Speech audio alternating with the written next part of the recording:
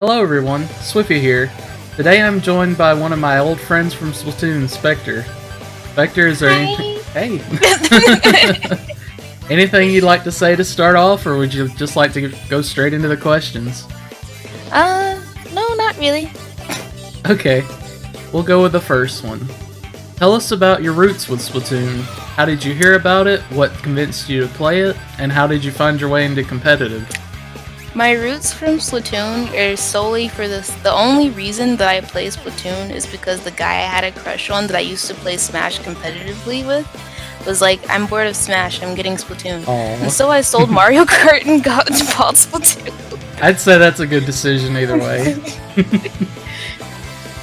But I had heard of it before, and that was at E3 2014? Mm-hmm. Where they announced it? Yeah, they announced it at E3 of 2014.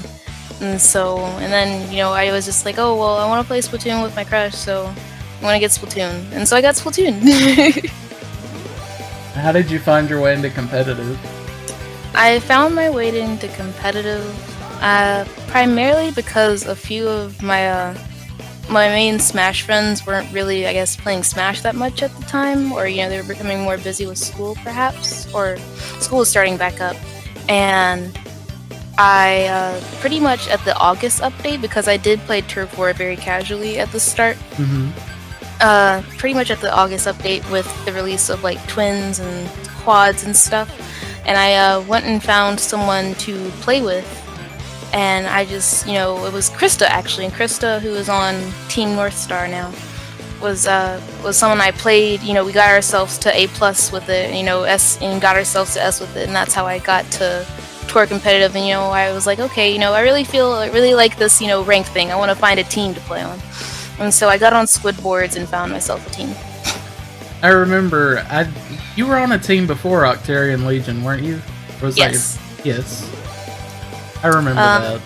Yeah, I was on 2 teams before. Most people in the community, I feel like, who got to know me were known me for being on Octarian Legion.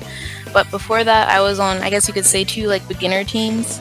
I was on Inglorious Battle Knights, and then my very first team was Octarian Elite Squad. Way back then. That's way back when. It feels so long ago. Okay, well, we'll move on from that. Do you have a favorite weapon? I do. It's the E-Leader. I'd say you have a couple of favorite weapons. You used to wear out the Dynamo. Yes, I don't play my Dynamo as much as I used to, unfortunately, but it is still very near and dear in my heart. They nerfed it a million times, so I mean... They did, but she's still beautiful. And I've actually taken a liking to playing the Pro series, like the Berry Pro and the regular Splattershot Pro. I've been liking those a lot lately. Have you picked up the Cherry as well, thanks to Dude? Yes, I have picked up the Cherry as well, thanks to Dude. You won't shut it's up spreading. about it. All of 2 Moons, it's spreading. It is. So, what is your favorite game type, and what is your favorite map? My favorite game type is Tower Control. It's not my best, but it is still my favorite, but my favorite map is Moray Towers. I fought it for a long time, but at my heart, it is my favorite, both for just the map itself, and of course the sniper likes one Moray, but even snipers have to stick together. That's a Moray. That's a Moray. That's a Moray. But even still, I do enjoy playing on the map without, not playing a sniper. I really do enjoy the map itself. Alright, we'll move on. How would you describe your playstyle? Carefree. Carefree? Carefree. I don't care. Yeah, carefree. I don't really care if, I'm that person who makes the other E-Leader ask, why is the E-Leader in our spawn? That's me. I can relate to that. I relocate way too much. I move forward when I shouldn't, but hey, you gotta do what you gotta do. Yeah, it's I keep telling myself that the sole reason I'm never getting S+99 is because I'm in their base. It happens. It's all of a sudden you're just there. Exactly. If the opportunity presents itself, I'm gonna take it. Of course. Alright, well I mentioned this earlier, but just for the people who are watching this who may be new to Splatoon or may not know, are you currently on a team, and how did you find yourself to be a part of that team?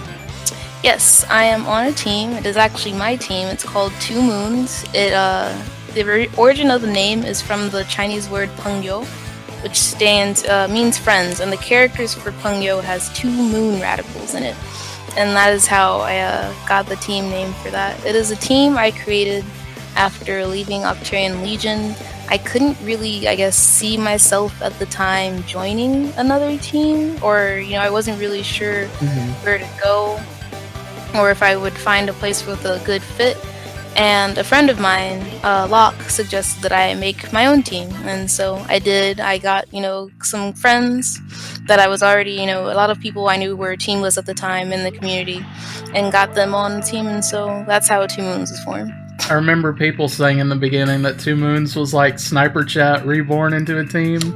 Pretty much. You had people like Locke Exile, Mute Bard, and me, of course.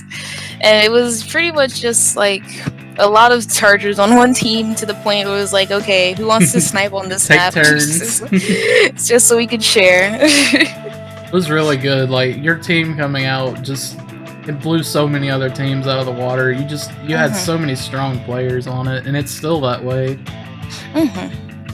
Yeah, right now we're kind of quiet. A lot of us are dealing with school and stuff, but we're still around. We still like to play together when we can, and we still get out there and scrim when we can. And we can definitely expect that to pick up over the summer. For sure.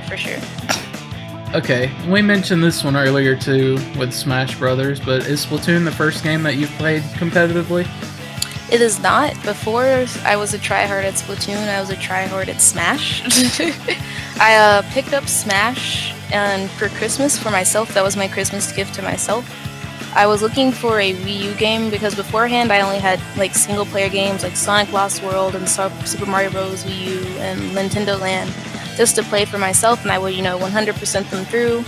And I was like, okay, I'm looking for a game where I had, there's a lot of content, and that it will take me a while to complete this all the way through.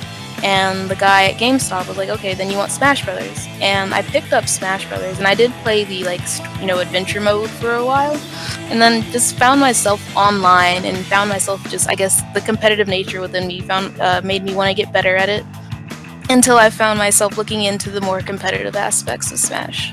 Yeah, and I come from that kind of background too, because that's the first game I ever played competitively, which I played Brawl with friends, but you learn how to Gonzo combo with Kirby, and then it's kind of over for them.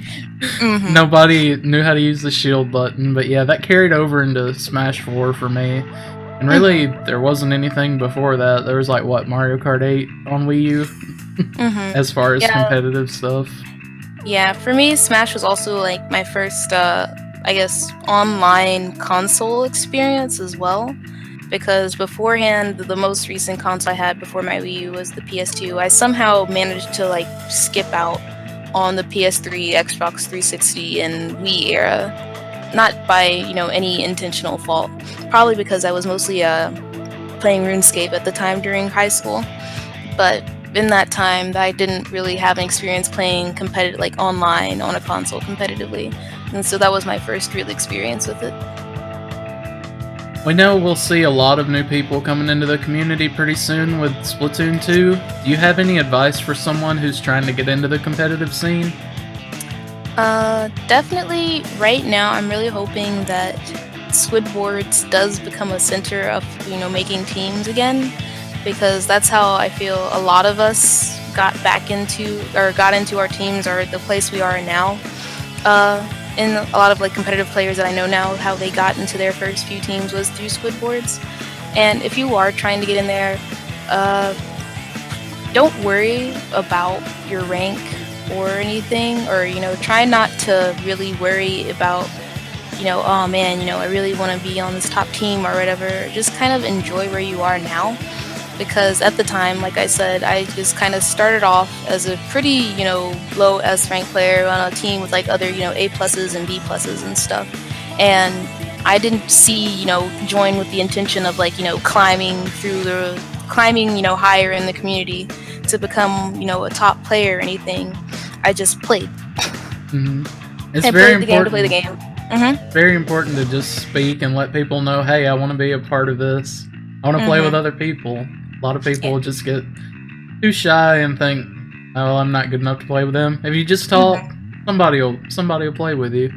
Yeah, like definitely don't be shy about asking to play with others. Like, you know, even there are even, other top players I look up more to and who are just, they just want to play just like me. Like, people ask, how do you twin with Nike? I asked. Mhm. There you go.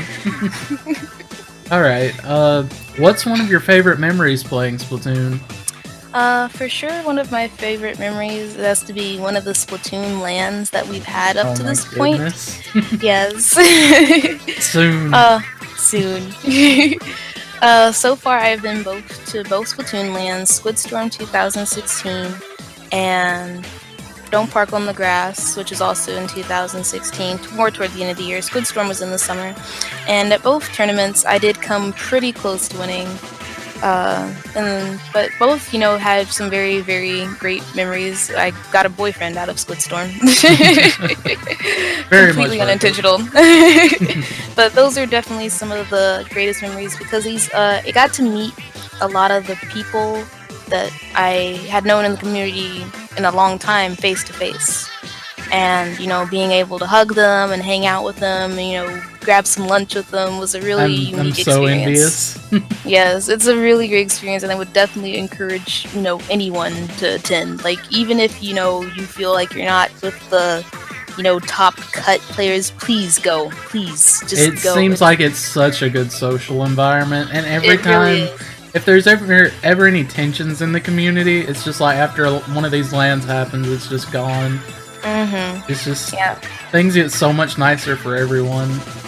It's just, a wave of good feelings, and it's just, people are just, clearly there, spent money, thousands of dollars to fly to this one spot on the earth to play a video game.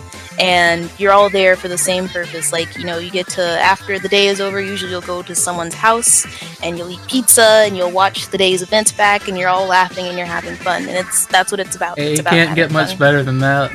hmm And hopefully, I'll see you in Atlanta this summer Atlanta, at Hotlanta, Splatlanta, Splatlanta. Splatlanta. All right. Well, we haven't seen a whole lot from the new game yet. We've seen the reveal trailer. We've seen a little bit gameplay. Nothing too in depth.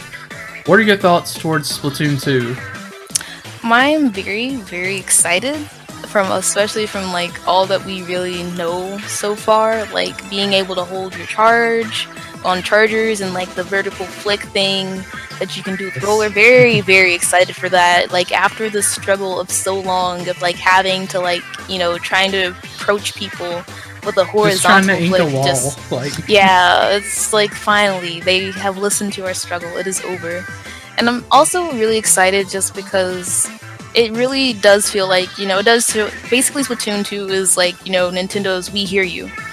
We have spectator mode, we have, rollers can ink walls like we said. Yeah, they're listening to us in the terms of specials, it seems like. I still think that, still not holding out that we're not completely out of the yard in terms of no invincibility specials, because in first Splatoon, we didn't know that Kraken was going to be a thing just from the first 4 test fire weapons. But, I'm definitely really, really excited. I'm excited for the splashdown thing. I'm excited for the absolutely. dualies. I'm just really excited for the game in general. I want to know what happened to Callie. Like, why is there a Yes. small Judd? Really, there's just so much I'm excited for, and I'm really, excited to get my hands on it soon. Oh, I'm sure we all are. I'm looking forward to it. There's a lot of good changes. I'm really excited for it. Well, I guess we'll just about wrap this up. Just one more thing before we go. Where can viewers go to see more from you? I do have a YouTube channel. I actually recently changed the URL, or rather, not the URL, but the name of my YouTube channel. It's Specter Saru now. I'm trying to condense in terms of name, but it's Specter Saru.